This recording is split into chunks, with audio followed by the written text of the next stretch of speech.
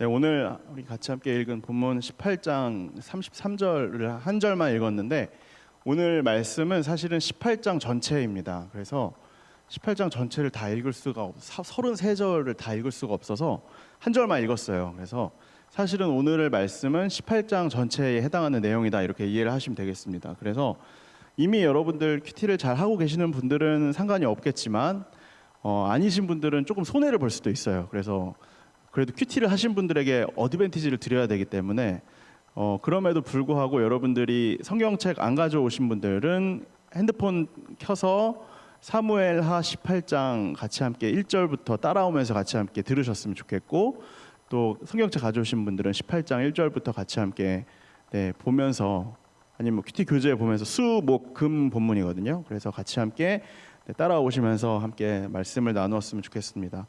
우리가 큐티를 하는 본문을 제가 일부러 설교를 이 본문으로 정해서 하는 이유는 여러분들께서 이 본문을 통해서 하나님께서 주중에 여러분들 개인을 향해서 들려주시는 음성이 분명히 있을 거거든요. 그 말씀을 읽고 묵상하고 적용을 할 때에 나에게 들려주는 음성이 여러분들에게 들려온 것이 분명히 있었을 겁니다. 그리고 나서 그 본문, 같은 본문에 대한 부분을 공동체에게 또 여러분들에게 주시는, 이 시간 공동체에게 주시는 또 다른 형태의, 다른 각도의 음성이 있어요. 그래서 이 시간에는 그 음성을 듣는다라고 이렇게 생각을 하시고 들으시면 되겠습니다. 그러니까 제가 또 이제 반복이 되죠. 다시 여러분들에게 권면을 드리고 싶은 것은 큐티를 돌아오는 주에도 하셔라 하시면 이제 또 저는 또 거기에 반복되는 말씀을 또 전하겠죠. 그래서 하나님의 음성을 다각도로 들었으면 좋겠다 이런 마음이 있습니다. 그러면 분명히 여러분들을 향해 주시는 하나님의 마음이 뭔지를 알 수 있고 깨달을 수 있게 될 것이고, 여러분들을 향해서 인도하시는 길과 방향이 무엇인지를 여러분들이 깨달으실 수 있을 것입니다. 여기 나와 있죠. 말씀 앞에 길을 묻다 믿음으로 길을 걷다, 이건 거예요. 그렇죠? 그래서 요거를 하시고 싶으시면 같이 함께 우리 이 모든 공동체가 동일한 말씀으로 말씀을 같이 함께 나누고 듣고 또 마을 모임을 통해서 또 나누고, 이와 같은 일들이 점점 하루하루 한 주 쌓여가기 시작한다면 여러분들을 향한 인생에 놀라운 변화가 있을 것이다. 이게 우리가 4월, 5월부터 계속해서 하고 있는 믿음의 실험실, 5월부터죠. 믿음의 실험실이라는 거죠. 그래서 이 실험이 여러분들 모두에게 다 성공했으면 좋겠다 하는 마음이 있습니다. 그래서 오늘은 이제 18장에 해당하는 부분, 수목금에 해당하는 본문이고요. 그래서 같이 함께 이 말씀을 나누도록 하겠습니다. 제가 전에 한번 설교 시간에 여러분들에게 함께 이야기했던 적이 있었는데, 마이크 타이슨이라고 지금은 은퇴한 권투 선수, 복싱 선수가 있어요. 그래서 이 마이크 타이슨이 한 말 중에 저에게 가장 인상 깊었던 그 격언은 아닌 것 같고요. 아무튼 이 사람이 남긴 유명한 말이 한마디가 있습니다. 한번 화면 보여주시겠어요? 여기 보시면 영어로 이렇게 본인이 나눴으니까 모든 사람들은 계획을 가지고 있다. 한 대 쳐 맞기 전까지는. 그러니까 나한테 쳐 맞기 전까지. 그러니까 이게 굉장히 한글을 되게 찰지게 번역을 누군가가 해놓으셨는데, 여기는 이제 입술에다가 한 대 맞기 전에 뭐 약간 이런 말이죠. 여러분들 뭐 영어 다 마우스는 입이잖아요, 그렇죠? 내 입에 주먹 펀치 한 대 맞기 전까지는 각자 나름의 계획을 가지고 있다라는 말을 했습니다. 이미 전설적인 복싱 선수이기 때문에 마이크 타이슨만 할 수 있는 말인 것 같아요, 그렇죠? 이 사람이 복싱을 잘 못했으면 이런 말을 할 자격이 없는데, 복싱을 잘하니까 이런 말을 할 자격이 있는 거죠. 모든 사람들은 계획을 가지고 있다. 나한테 한 대 쳐 맞기 전까지는. 근데 저는 여러분, 이 마이크 타이슨이 한 말과 아주 유사한 말을 하나님이 하신 것을 발견했어요. 다음 화면 보여주시겠어요? 자, 우리 다 같이 함께 한 목소리로 읽겠습니다. 시작. 사람이 마음으로 자기의 길을 계획할지라도 그의 걸음을 인도하시는 분은 여호와 하나님이시다. 이게 제가 생각할 때는 마이크 타이슨이 한 말과 하나님이 한 말, 하나님이 그래도 그나마 조금 고귀한 말을 사용하여 주셔서 그렇지, 제가 생각할 때는 타이슨이 한 거랑 거의 맥락이 비슷하다고 생각합니다. 우리는 나름대로 누구나 각자의 나름의 인생의 계획을 가지고 있습니다. 근데 하나님이 우리가 가지고 있는 계획대로만 움직여 주시지는 않는다라는 거죠. 그래서 여러분 솔직히 한번 떠올려 보세요. 자, 대학생 기준으로 예를 들어보겠습니다. 대학생 기준으로 지금 내가 대학생이니까 내가 나름의 학점 관리를 열심히 해서 자격증도 많이 따고 스펙 관리도 잘 해서 필요하다면 대학원에도 진학해서 그래서 한 줄, 두 줄, 세 줄 나의 경력이 하나, 둘 쌓여가고 난 다음에 그 다음에 처음부터는 물론 처음부터 대기업에 갈 수 있으면 좋겠지만 처음에는 좋은 스타트업이나 IT 벤처 쪽으로 가서 나름의 이력을 쌓다가 시간이 흘러서 스펙이 쌓이고 경력이 쌓이게 되면 나도 대기업 이직을 몇 번 거쳐서 나름의 내 분야에서 자리를 잡고 그 다음에 돈을 많이 벌어서 나도 요즘에 유명한 가장 비싼 아파트인 시그니엘 아파트에도 한번 살아보고 람보르기니나 아니면 이러한 람보르기니나 또 차가 뭐가 좋은 게 있죠? 네, 뭐 그런 거 비싼 차를 사서 나도 한번 타보면서 굴려보면서 제가 말씀드렸던 하차감도 한번 느껴보고 이런 인생을 다 나름 계획을 가지고 있으셨을 것입니다. 이런 계획을 가지고 있지 않으신 분 있으세요? 없어요? 나는 람보르기니 같은 건 안 타도 된다. 지금 만족한다. 다 이런 생각이세요? 그럼 전 뭐가 되죠? 그러면 이 계획을 가지고 있는 저는 뭐가 되죠? 그렇죠. 다들 그런 계획들 한 번씩 꿈꿔 보잖아요. 유튜브에서 그러한 삶을 사시는 분들의 유튜브를 한 번씩 넉넉히 바라보면서 나도 저러한 삶을 살아볼 수 있으면 얼마나 좋을까라고 한 번쯤 다 상상해 보잖아요. 그렇죠? 내가 만약에 저 사람과 같은 위치에서 저런 차를 타고 저런 집에 살면 나는 어떤 모습일까라고 한 번쯤 다 상상해 보신 적 있으시잖아요. 그렇죠? 저도 그렇습니다. 한번 생각은 해볼 수 있잖아요. 그렇죠? 계획은 해볼 수 있습니다. 그런데 다 생각처럼 계획처럼 실제로 되는 것이 그렇게 쉽지 않죠.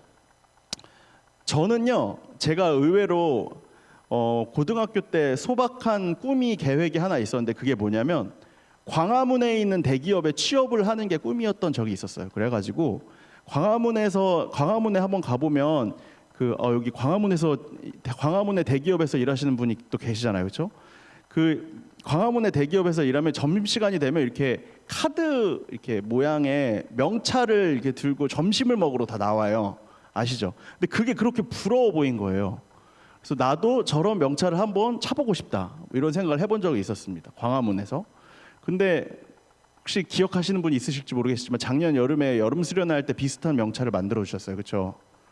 그렇죠? 그래서 다 만들어 주셔서 저도 한번 차봤습니다. 이렇게 사진 이렇게 있는 두껍더라고요. 근데 이게 뭐 찍는 게 아니잖아요, 그렇죠? 정자는 이렇게 안 되잖아요, 그렇죠?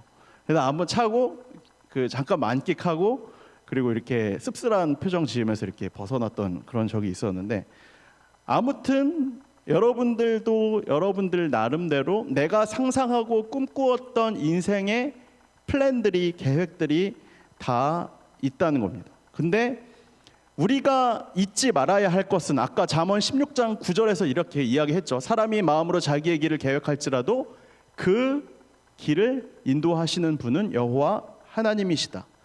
그럴싸한 계획이 있다 하더라도 그 길을 인도하시는 분이 하나님이심을 깨달으면서 살아가는 것이 매우 중요합니다. 저는 이것을 신앙의 철이 든다라고 표현을 해보고 싶습니다. 다시 말하면 평생 철이 들지 못한 채로 교회만 왔다 갔다 하는 사람들이 있습니다. 그리고 내가 평소에 하는 기도의 제목들이 내가 가지고 있는 계획들만 하나하나 열거하다가 끝나는 기도를 하시는 분들도 평생 동안 그런 기도만 하시는 분들도 많이 있습니다. 그런데 그 길을 인도하는 분이 하나님이다라는 것을 깨닫기 위해서는 사람들마다 다양한 각자의 무언가의 경험을 거쳐야만 합니다. 타이슨의 표현대로라면 한 대 쳐 맞아야 될 수도 있는 거죠. 이 모든 것들을 인도하시는 분이 여호와 하나님이시라는 사실을 깨닫기까지. 그래서 우리가 그 사실을 깨닫는 순간 그 사람의 신앙에 철이 드는 거고, 그리고 그 사람의 인생이 바뀌어지게 된다라는 것입니다. 오늘 우리가 같이 함께 읽은 이 18장 본문에 세 사람의 그럴싸한 계획들이 나타납니다. 세 사람의 각자의 기도와 간구와 소망과 꿈이 나타납니다. 그런데 하나님께서는 이 세 사람의 계획과 꿈과 소망들을 하나님께서 어떻게 처리하시고 타이슨처럼 쳐맞도록 하시는지를 오늘 우리가 같이 함께 본문을 통해서 살펴볼 겁니다. 그래서 우리 18장부터 같이 함께 살펴보겠습니다. 세 사람이라고 그랬죠? 세 사람 먼저 말씀드릴게요. 첫 번째는 다윗이고, 두 번째는 압살롬이고, 세 번째는 요압이라는 사람입니다. 첫 번째로 다윗이라는 사람의 기도와 간구와 꿈과 소망에 대해서 같이 함께 알아보겠습니다. 지금 다윗이라는 사람과 다윗의 아들인 압살롬이 쿠데타를 일으킨 전쟁을 일으키고 있는 중이죠. 그래서 이 당시에 고대 근동 사회에서는 전쟁을 치를 때 보통 왕이 그 전장에 직접 나가서 전쟁을 지휘하고 전장의 최전선에 서서 같이 함께 전쟁을 치르는 것이 일반적이었습니다. 그래서 다윗도 이 전장에 같이 함께 나가야겠다는 생각을 하게 됐어요. 생각해 보니까 내가 전장에 한번 나가지 않았었던 때가 있었는데, 그때 하필이면 간음죄를 범해서 하나님으로부터 크게 혼났던 적이 한번 있었거든요. 그러니까 그 기억이 나서 내가 이번 전쟁에는 반드시 나가야겠다라고 다윗이 이야기를 합니다. 그런데 그 주변에 있는 참모들이, 국방부와 관련된 일을 하는 참모들, 부하들이 다 전장에 나가는 것을 말리는 거예요. 임금님 나가지 마세요. 임금님 나가지 마세요. 임금님 나가지 마세요. 왜 반대하냐? 그 이유는 지금 이 전쟁의 상대가 다윗 왕의 아들이었기 때문입니다. 지금 이 전쟁이 끝나기 위해서는 두 리더 중에 한 리더가 죽어야 이 전쟁이 끝나요. 무조건. 다윗이 죽느냐 압살롬이 죽느냐, 이 두 명 중에 한 사람이 죽어야 이 전쟁이 끝나는 겁니다. 그러니까 다윗이 전쟁에서 승리하기 위해서는 압살롬이 그 전장에서 죽는 꼴을 봐야만 하는 거예요. 그러니까 주변에 있던 신하들이, 부하들이 임금님 전쟁 나가시면 안 됩니다라고 계속 권유를 하는 거죠. 그래서 결국에 그 나가지 말아야 하는 이유에 대해서 18장 3절에서 결국에는 깨닫게 됩니다. 3절, 군사들이 이렇게 말했습니다. 왕은 우리와 함께 출전해서는 안 됩니다. 그들의 관심은 오직 왕을 찾아 해치는 데 있습니다 라고 이야기를 합니다. 이게 어떤 걸 이야기하냐면, 첫 번째, 상대방은 다윗 왕 한 명만 죽이면 되는 거에만 관심이 있어요. 다윗 왕에만 온 집중적인 공격을 퍼부을 것이 예상이 되기 때문에 다윗이 나가면 안 된다. 두 번째, 다윗 편보다 압살롬 편이 군사적으로 더 힘이 셉니다. 더 군사적으로 우위에 있어요. 그러니까 지금 괜히 이 전쟁에 나갔다가 다윗 왕의 목숨이 위험하게 될 수도 있다라는 것이 이 참모들의 판단인 겁니다. 그래서 결국에는 참모들의 이 이야기를 듣고 다윗 왕은 전쟁에 나가지 않기로 결심을 합니다.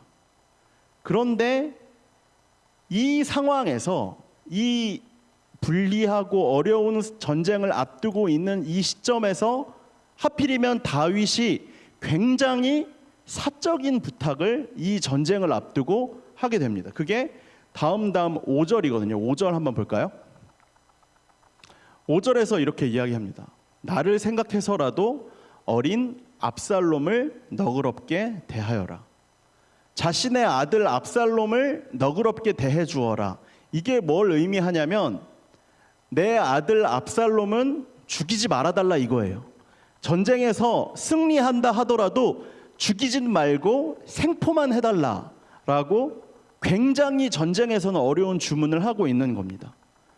왜 다윗 왕은 이처럼 사적인 부탁을 이 어려운 전쟁을 앞두고 하고 있는 것일까?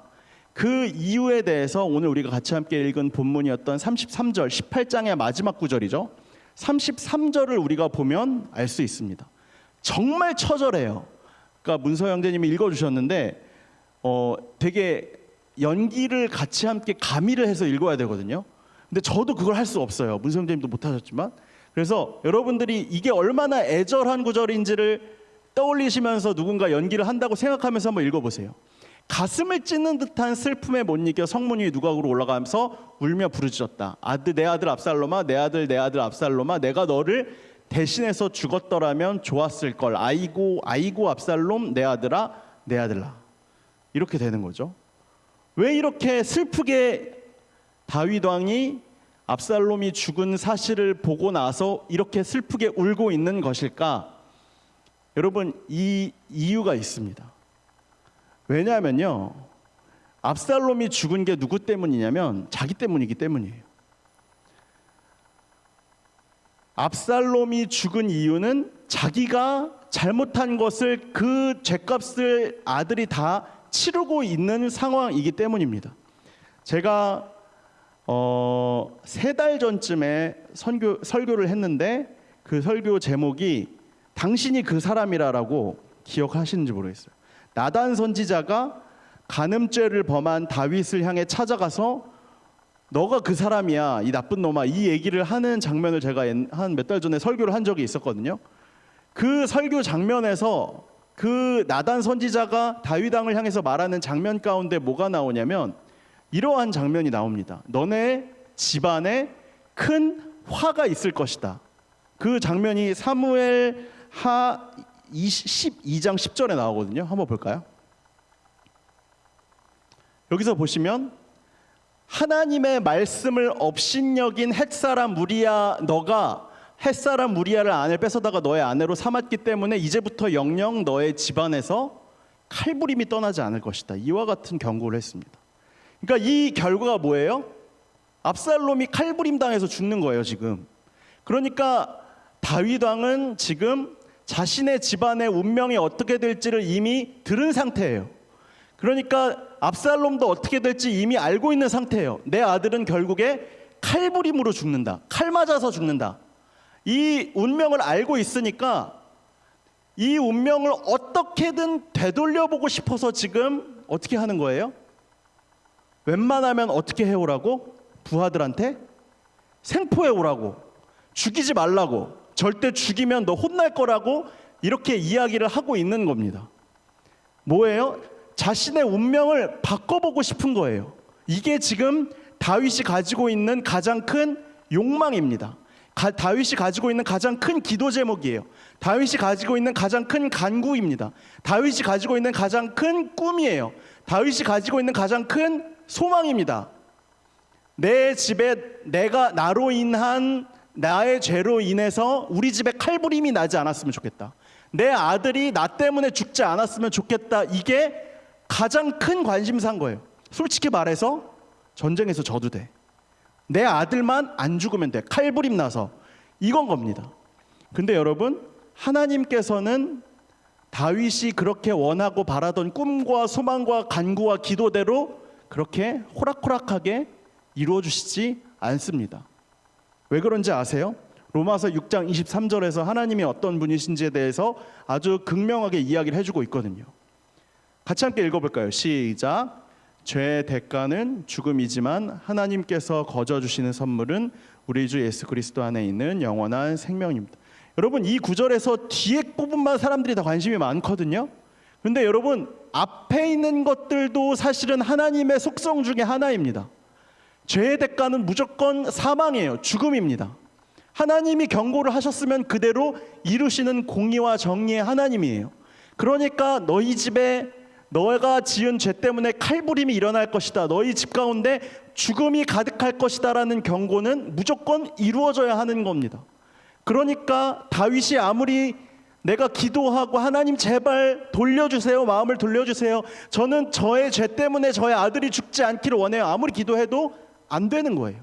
하나님께서는 다윗이 하고 있던 그 욕심을, 그 기도를 무참히 꺾어버리시고 묵묵히 공의와 정의로 자기가 하셔야 할 일을 하시고 있는 상황이라는 겁니다. 첫 번째, 다윗의 꿈과 소망은 이처럼 무참히 산산조각이 나버렸습니다. 두 번째 사람은 압살롬이라는 사람이에요. 압살롬이라는 사람이 가지고 있었던 꿈과 소망과 기도와 간구가 무엇이었을까? 또 같이 함께 알아보겠습니다. 압살롬은 지금 군사력이 다윗보다 셉니다. 지금 전쟁을 나가기만 하면 승리할 수 있는 모든 군사력을 갖춘 상태예요. 그러면 여기서도 이제 똑같은 질문이 나오는 겁니다.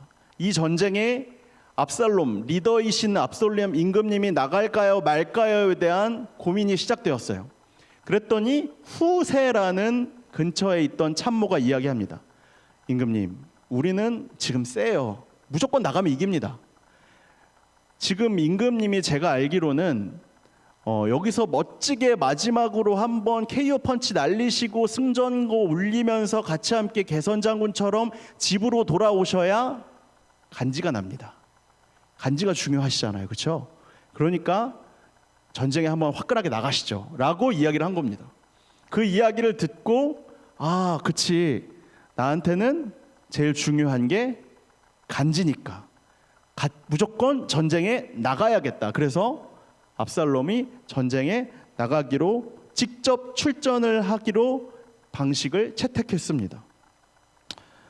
그런데 어떻게 되었는지 18장 9절에서 운명을 살펴보겠습니다. 압살롬은 전투 중에 다윗의 부하들과 마주치자 노새를 타고 도망을 가기 시작했는데 가지가 큰 무성한 큰 나무 아래로 노새가 지나갈 때 압살롬의 머리가 그 나뭇가지에 걸려서 노새는 그냥 달아나고 압살롬은 공중에 대롱대롱 매달렸다. 목 매달려서 죽은 거죠. 나뭇가지에 걸리는 바람에 그 목이 날아간 거죠. 죽은 겁니다. 이렇게 되었습니다. 제가 아까 말씀드렸죠. 압살롬이라는 사람의 인생은 한마디로 간지였습니다. 스웩, SWAG, 스웩. 스웩을 영어로 제가 사전 찾아봤는데 자기만족 자아도취더라고요. 그래서 이 사람이 자신의 간지를 완성시키기 위해 했던 게 뭐였냐면 장발이었습니다. 머리를 기르셨어요. 머리를 길러서 이렇게 늘어뜨리고 다녔는데 자기의 스웩을 위한 장발에 죽게 된 거죠. 자기 멋에 의해서 죽임을 당하게 된 것입니다. 내가 어떻게 인생을 나 혼자 스스로 컨트롤할 수 있다고 생각했는데 앞에 있는 다윗 군인을 보자마자 자기 인생을 혼자 스스로 컨트롤할 수 없다는 걸 깨닫고 그 자리에서 바로 멸망하게 된 것입니다. 여기 18장을 쭉 읽어가다 보면 압살롬에 대해서 거의 다 되게 객관적으로 서술을 해요. 이 한 사람 한 사람의 인물에 대해서. 근데 굉장히 뜬금없는 한 구절이 나오거든요. 18장 18절에 그와 같은 부분이 나옵니다. 여기 보시면 내용과 전혀 상관이 없는 과거의 일이 하나가 나오는데 압살롬은 살아있을 때 자기 이름을 전할 아들이 없었기 때문에 왕의 골짜기라는 곳에 자기 기념비를 세웠다. 그리고 자기 이름을 따서 이곳은 압살롬의 기념비라고 지었는데 그것은 오늘날까지도 그렇게 불려지고 있다. 저저번 주 설교 때 압살롬의 사기 수법 3가지 말씀드렸던 거 기억나세요? 1번이 뭐였는지 기억나세요? 1번이 뭐였냐면 자기 PR이었습니다. 자기 PR의 끝판왕 요겁니다. 기념비. 비를 세워놨어요. 그래서 내가 어떤 사람이라는 거를 후대에 너무나 알리고 싶었던 사람입니다. 그리고 그 다음에 5가지 사랑의 언어도 사용하고 또 자기 편으로 만드는 일도 한다고 제가 사기수법 말씀드렸잖아요. 그렇죠? 사기꾼들의 1번이 뭐냐면 자기 PR을 잘하는 사람입니다. 내가 얼마나 스웩이 넘치는 사람인지, 내가 얼마나 간지가 넘치는 사람인지 누군가에게 너무 알리고 싶은 거예요. 내가 얼마나 잘난 사람인지. 기념비까지 세웠습니다. 스스로. 다른 사람이 후대에 세워준 것도 아니고 지가 혼자 스스로 세운 거를 여기 사무엘 하에서 갑자기 약간 비꼬듯이 이야기하는 것 같아요. 제가 봤을 때 얘는 진짜 약간 좀 자기 도취가 좀 심한 애다. 약간 이런 표현으로 저는 보입니다. 그러니까 자기 도취가 너무 심한 사람인 거예요. 그런데 여러분, 이처럼 자기 도취와 자기 PR에 잘 능한 사람들이 사탄의 공격 대상 1호인 거 여러분 아세요?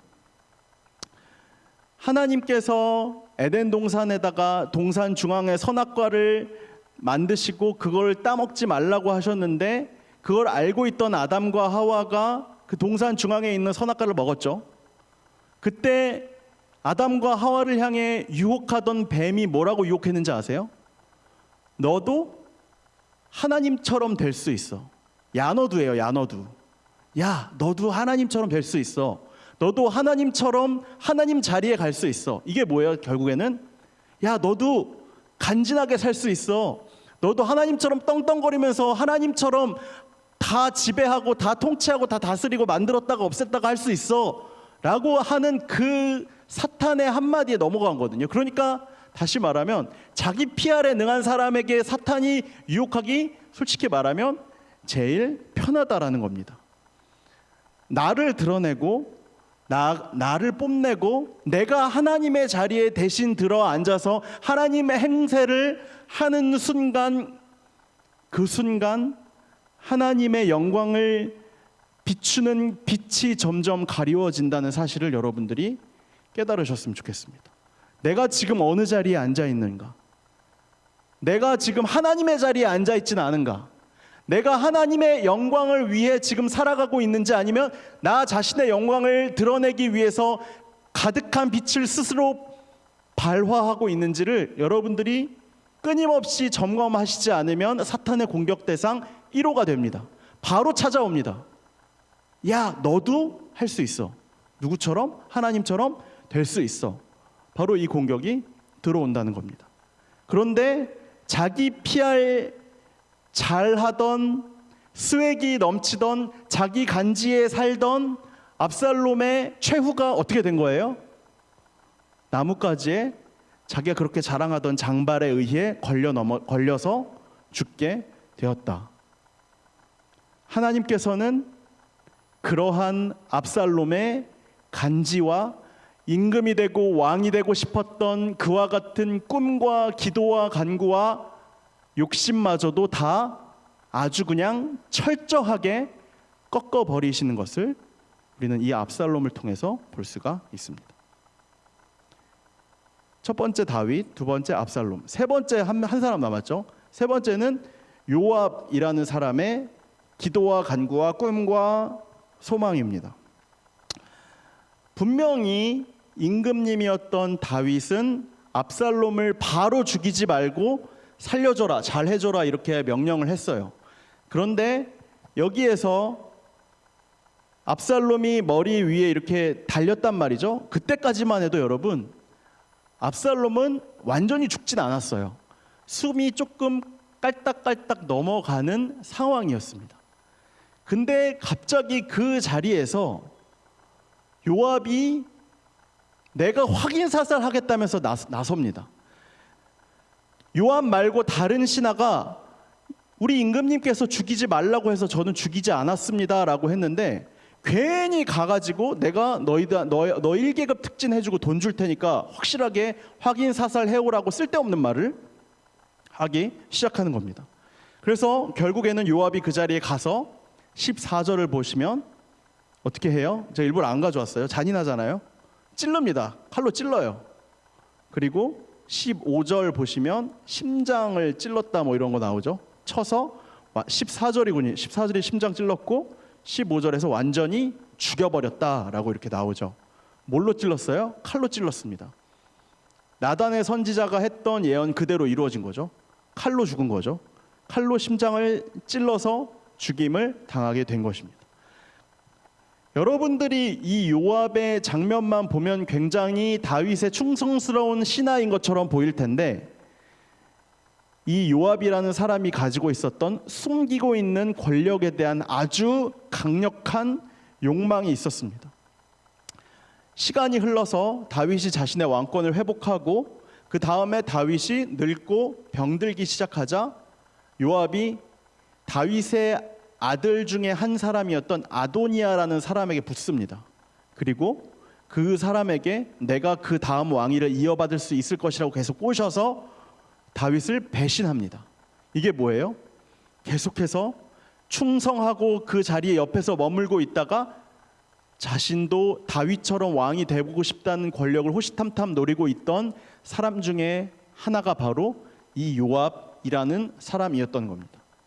그리고 나서 아도니아라는 사람이 정권을 실제로 잡았지만 그 이후에 요압도 아주 처절하게 다윗의 그 다음 솔로몬에 의해서 죽임을 당하고 맙니다.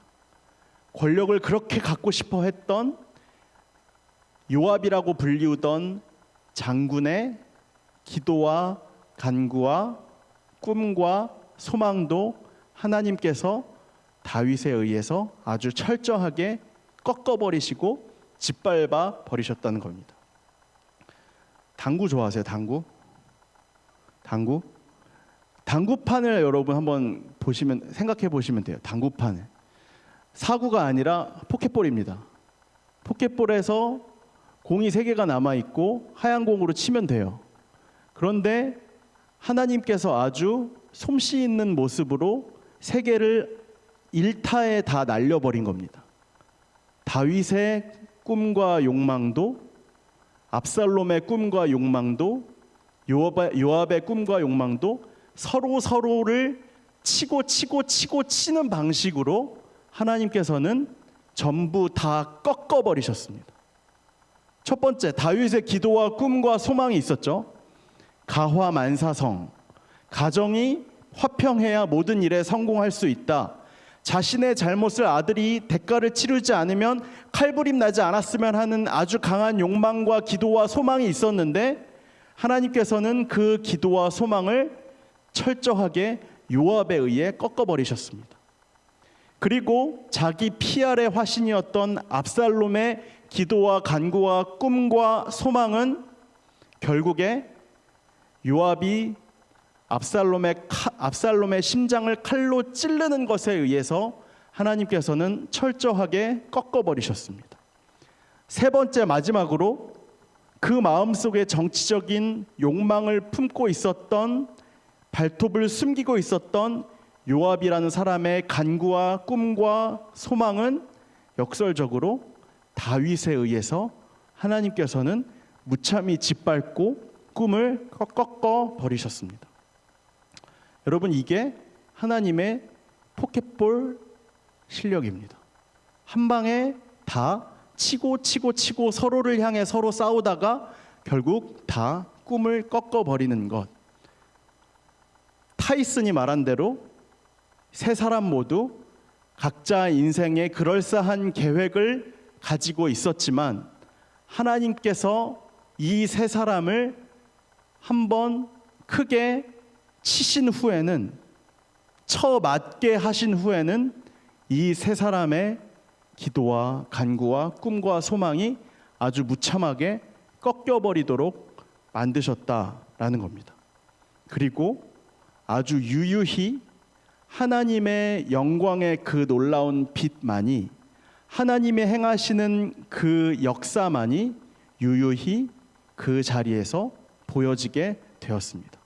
이 세 사람의 욕망은 전부 어디론가 사라져 버리고 말았습니다. 제가 신학교에 처음 들어갔을 때 제가 어떤 다짐을 했냐면, 하나님, 저는 오직 하나님의 영광만을 위해서 살겠습니다. 제가 목숨이라도 바치겠습니다. 하나님, 제가 아프리카 오지에 가서 하나님의 영광을 드러낼 수 있는 일만 할 수 있다면 저는 어디서 무엇이든 가서 하겠습니다라고 했던 적이 있었습니다. 지금 시간이 한 15년 정도 흐른 것 같은데, 15년 흐르는 지금 이 상황에서 제가 아프리카 오지에 갈 수 있을까요? 가라는 거예요? 갈까요? 아유, 죄송합니다, 여러분. 여러분들이 가라고 해도 저는 절대 안 가요. 못 가겠어요. 하나님의 영광을 위해서라도 못 갈 것 같아요. 제가 15년 사이에 무슨 일이 일어나는지 모르겠는데, 제가 지금까지 살아오면서 정말 순전하게 100% 순도로 하나님의 영광만을 위해 살아왔냐라고 누군가가 물으신다면 저는 아니요라고 확실하게 대답할 수 있습니다. 사는 게 그렇지만은 않더라고요. 저도 하나님의 영광만을 제가 위해 이 자리에서 여러분들 위해서 말씀 전하고 목회를 하고 있는 것처럼 보이겠지만 아니에요. 여러분처럼 저도 람보르기니를 타고 싶어요. 저도 시그니엘에서 한번 살아보고 싶습니다. 한 달만. 꼭 그런 것만이 아니라고 할지라도 솔직히 말해서 제가 지지난주에 아주 지나가면서 이야기한 거 다 들으셨더라고요. 저도 큰 교회 가고 싶어요. 저도 누군가에게 매우 인정받고 칭찬받는 일을 무언가를 하고 싶습니다. 그런데 여러분, 그거에 제 마음대로 제 뜻대로만 되지 않는다는 것도 알아요. 그래서 가끔씩 답답하고 저의 인생이 슬플 때가 많이 있습니다. 여러분, 제가 이렇게 이야기하는 거 듣고 놀라셨어요? 당연히 이런 사람인 줄 알았어요. 그러면 당연히 이런 사람인 줄 그렇구나. 실망이네요. 저는 저의 본색을, 저의 이빨을, 발톱을 전혀 드러내지 않고 살아왔다고 생각했는데 실패네요. 실패. 여러분, 저도 여러분들이 들으면 놀랄 만한 욕망과 꿈과 기도 제목이 너무나 많이 있습니다. 여러분들이랑 솔직히 말해서 비교해도 여러분들보다 더 클 수도 있어요. 그런데 여러분, 그게 하나님의 영광을 위해서, 제가 처음에 신학교 들어갔을 때에 하나님 앞에 서원했던, 기도했던 그 기도의 제목과 매우 큰 차이가 나며 하나님의 영광과는 아무런 관련이 없다라는 사실을 깨닫는 순간 제가 이 자리에 있는 것이 매우 자괴감이 듭니다. 여러분 보고 그와 같은 기도하지 말고, 그와 같은 욕망 가지지 말고, 그와 같은 마음의 소원 가지지 말고, 꿈 가지지 말라는 게 아니에요. 사실은 여러분, 하나님은 여러분들이 가지고 있는, 하나님 보시기에는 정말 가짜나 보이는 그러한 꿈과 소망과 욕망을 통해서도 하나님께서는 수없이 많은 일들을 하고 계십니다. 그리고 하나님의 역사는 유유히 지금도 여러분들이 가지고 있는 수많은 사람들의 욕망을 통해서 흘러가고 일하고 계세요. 그런데 교회에 자신의 꿈과 희망과 욕망과 소망을 이루기 위해서 기도하고 예배드리러 나아오시는 분들을 너무나 많이 봤는데, 여러분들의 소원이 다 이루어집니까? 여러분들이 원하는 대로 다 계획이 흘러가요? 여러분, 실제로는 그렇지 않잖아요. 내가 아무리 빡시게 기도해도 기도는 내가 원하는 대로 전부 응답되지 않잖아요. 심지어 때로는 그 기도했던, 정말 빡시게 기도하고 하나님 앞에 간구했던 그 기도의 제목들이 아까 전에 그 세 사람처럼 무참히 짓밟히고 꺾여버리는 순간들 여러분들도 수없이 경험하시지 않았어요? 그렇죠? 저도 그렇게 경험 많이 했거든요. 제 기도대로 다 하나님께서 들어주시고 응답해 주시지 않더라고요. 그런데 하나님께서는 그처럼 우리가 가지고 있는 기도와 욕망과 소망들을 무참하게 꺾어버리시면서, 그러면서 우리의 삶 가운데 피눈물까지 흘리게 하시면서 내가 드러내야 할 것이 나 자신의 영광이 아니라 하나님의 영광이구나라는 것을 하나님께서는 철저하게 깨닫게 해주시는 겁니다. 이게 바로 여러분, 신앙의 철이 드는 순간인 거예요.